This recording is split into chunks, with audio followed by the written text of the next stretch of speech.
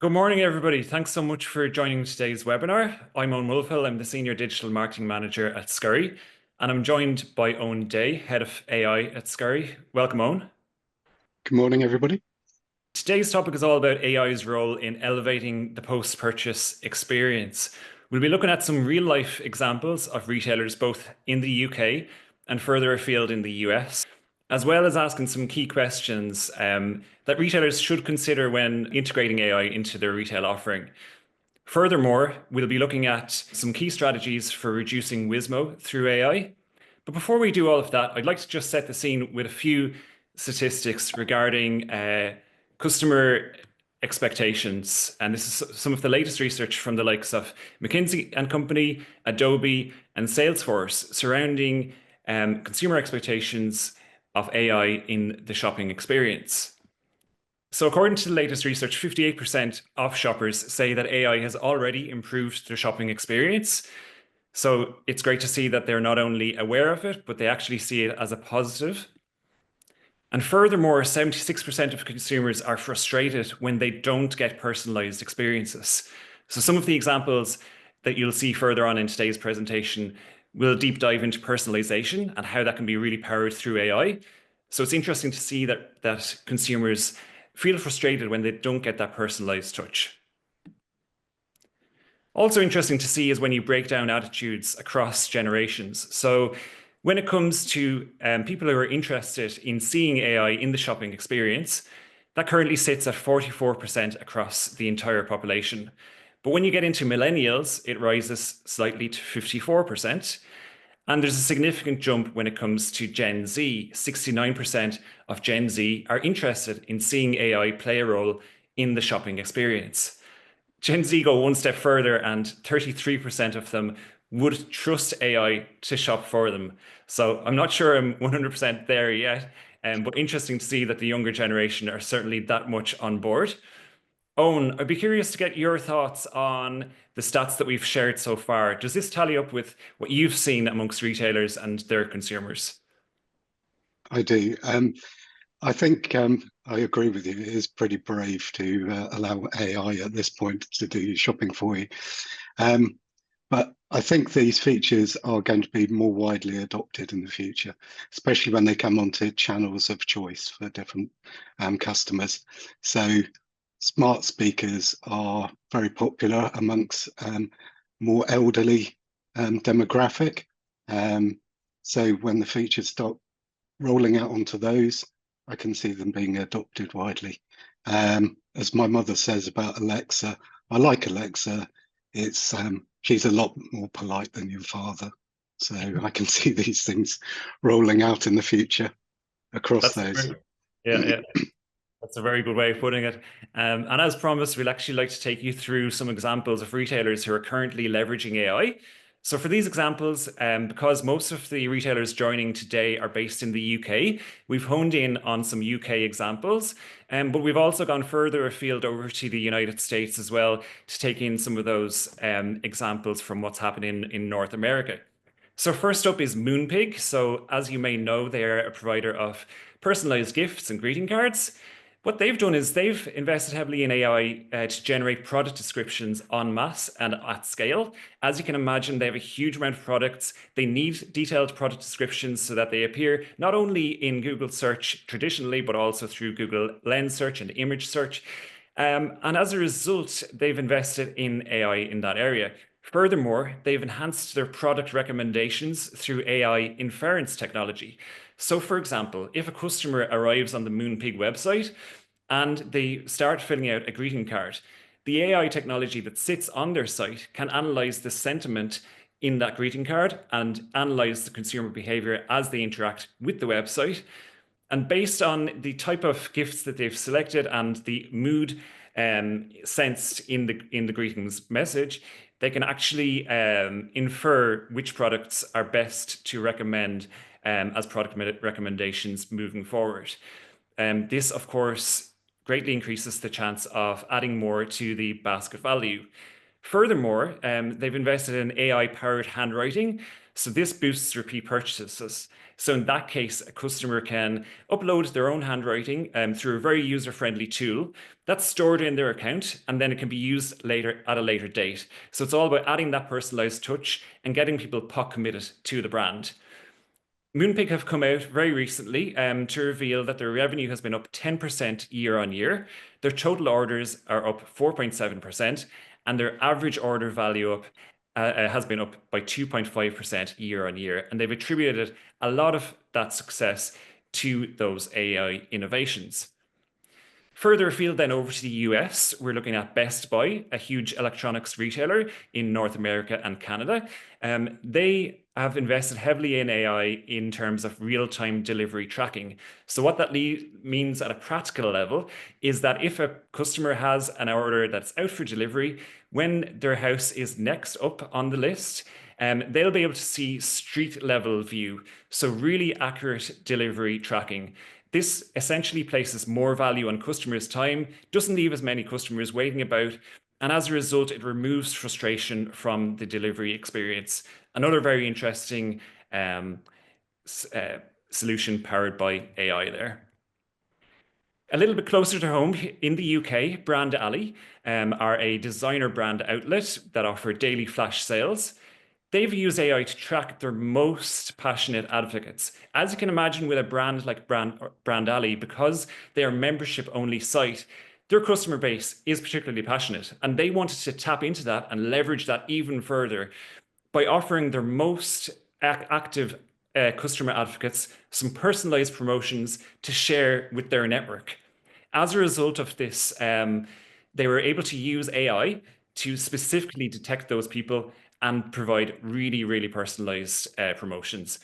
This resulted in 25% more of their customers engaging in repeat purchases, and they acquired 12% more customers through referrals.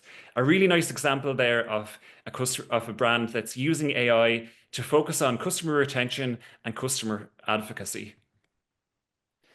Also in the UK, we have Foot Asylum. Foot Asylum are a Scurry customer, and they've used a product called Scurry AI Concierge to help reduce Wizmo queries and resolve Wizmo queries through WhatsApp, Facebook Messenger, and other social channels.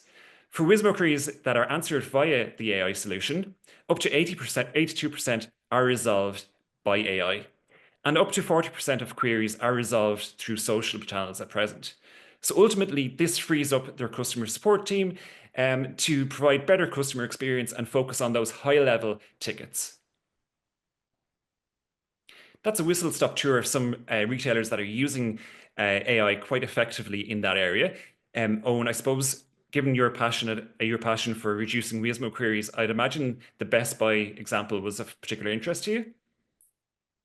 Yeah, absolutely. I think it's a really good example of how they're using consistent messaging across multiple channels to reduce the Wizmo queries by making the customer aware of where their package is and when it's due to be delivered, trying to guarantee first-time delivery. 100%, absolutely. Reduces that stress as well from the customer. And that's actually a nice segue onto our next section, which is strategies for Wizmo queries. So Owen is very kindly going to take us through a few strategies in that area. So setting up expectations with the customer. So estimated delivery dates, some carriers provide them, some don't. But how can we enhance those and make those more accurate? Well, Scurry's got a lot of past historical data on carrier performance, and also it has a lot of parcels going through the Scurry system. So we can leverage that data to improve the estimated delivery date, and that's something we're working on at the moment. Accurate tracking updates from the retailer, as I was saying, that Best Buy do, but in the customer's preferred channel. So not everybody uses emails, and that's why I also think that it's important that it comes from the retailer as well. You've bought the thing from the retailer. Why do you have to go searching around in your junk folder for a carrier's email that you might not remember who the carrier was? So putting it in the preferred channel of the customer and keeping it on brand. Also being able to reply in that same channel that you sent it out on. So if you're not going to be in and you get your tracking alert through, being able to reply saying, I'm not going to be in, can you put it with the neighbor, or can you leave it in the porch in the safe place? Deals with it and hopefully improves the percentage of first-time delivery. Also intelligent preference setting. If you're never in on a Wednesday, or you have mobility difficulties, why doesn't the AI behind the post-purchase experience inform the carrier of that straight out without you having to do it? I'm going to need an extra couple of minutes to get to the door to pick up my package, or I'm going to not be, I'm never in on a Wednesday, so just put it in the safe place automatically and I don't have to deal with it. Self-healing labels is another thing we're looking at with at Scurry. So people can get their address wrong, they can get the postcode wrong or miss out a line in the address. So why don't we heal those as they're going through the process with Scurry Connect? And that will help improve first-time deliveries and also reduce WSMO queries as well. Very interesting. I love the intelligent preference setting. I think that for me would deliver or reduce a lot of stress. I think knowing when a product is, when when I'm not going to be at home, when I'm going to be in the office, etc. If that could be achieved, it would be fantastic from a consumer point of view, definitely. So moving on then, I suppose we've seen a lot of examples of retailers that are leveraging AI, but when it comes to utilizing AI and implementing AI into your retail offering, at some point you're going to have to choose a provider most likely. What would be the questions that you think are most helpful for retailers to ask their AI providers? Sure. So within the thing that's hyped up a bit at the moment, there's a lot of sort of snake oil being sold out there. So these are the questions that I would be looking to get from the supplier. Can it be customized or personalized to my business requirements? Or is the AI just going to be behind generating all the content with sort of chatbots and things like that? Who supplies the AI? Is it a black box? Are they using OpenAI or something like that behind the scenes and just applying a wrapper around it with their own product? Is it possible for them to repair something if it goes wrong, which might not be the case if it is a black box and they're just reselling somebody else's product? What are the guardrails in place to stop it going off piste? We've all read stories about chatbots going off brand and making bad decisions and giving bad advice, and that's reflecting badly on the company that's implemented them. So what are the guardrails in there? And also I think it's important with any AI system that decision making has human oversight. So at the end of the day, it's a human checking that any important decisions that impact the customers are actually overseen by a human. Ongoing costs. So at the moment, these large AI systems, from OpenAI, etc., are heavily subsidized to grow market share. So is the cost always going to be what it is at the moment? We've already seen with OpenAI, their latest offering is $200 a month per person. So we can see the costs already starting to shoot up. Or will the costs stay the same, but you'll pay with privacy of your customers' data, and they'll be mining that to extract value from that? So those are important things to check. Also, the scalability of the system. When you go on one of these chatbots, they can often take a second or two to reply. So when you scale that up to 1 million customers, you've got to be thinking about what's the latency going to be dealing with all of those customers, and also the how much computing power are you going to need behind it to cover all of your customer base. Super, very interesting, Owen. Thanks very much for sharing those. For anybody who's had a hard stop at 11:15, we will be sharing a recording afterwards, so you can catch the future trends section in that. But for those of you who are happy to stay on, Owen, I'd love to hear some of your ideas in relation to future trends for AI in the post-purchase experience and shopping experience. Certainly. And I should say at this point that these are my personal views and don't necessarily represent those of Scurry as a company. But I think, as Owen was saying earlier, we're currently around up to 80% of customer service queries being answered by AI. But how do we get that up to 100%? And I think it will get up to 100% for the following reasons. At the moment, phone calls are still answered by humans. Voice recognition's been pretty good for the past few years, but where it's fallen down is when it's converted from voice into text, the interpretation and understanding of that text that comes out of it. But that's improved an awful lot with some of these new large language models that's come out.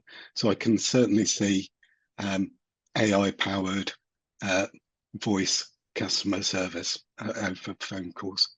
And another big trend for the next year is going to be AI agents. Now, basically, AI agents are some things that models that can replicate human tasks, and those are starting to come out at the moment. Anthropic is, with their Claude model, is been demonstrating it filling in forms on your laptop, or helping you with Excel, doing stuff with Excel. So once that starts rolling out into customer service software, you can see that it will be using the existing software. So you won't have expensive integrations with the AI stack. You'll be able to use the existing tools and business processes. And a combination of the two, I think, will take it up to 100% coverage on CS. And I think that will, in turn, it won't be the end of the road for customer service agents, but I think they will move more into being customer service supervisors, so overseeing what the AI is doing and making the important decisions. So instead of the chatbot saying, computer says no about the refund, it will be saying, I've forwarded your request for a refund to my human supervisor, and the human supervisor has declined it for the following reasons. Also think that another reason why customer service agents, human customer service agents, can start going out of fashion is all of these agents, AI agents, are already available to your customers. They've got them on their phones, so they can just ask their phone to chase up where their package is or try and get a refund. And the last thing you want is a customer service center full of humans answering questions that have come from a computer. That doesn't seem like a particularly good place to be working in. And I think all of this is going to be reflected in the pricing structures for these systems. I think it's going to be outcome-based pricing. So if the AI delivers on its promises, then you'll pay. If it doesn't, then you won't pay. And that's your guarantee that these AI systems are performing as expected and promised.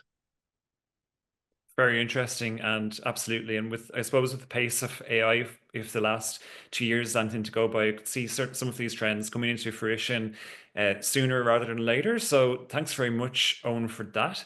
And thanks everybody for joining today. It's been a whistle-stop tour, but we also have a report that you can take a deep dive into future trends of retail on as well. So that's called The Future of Online Retail to 2028, which we'll share with you after the call. We'll be sharing a recording of today's webinar as well. And of course, if you have any questions about integrating AI into your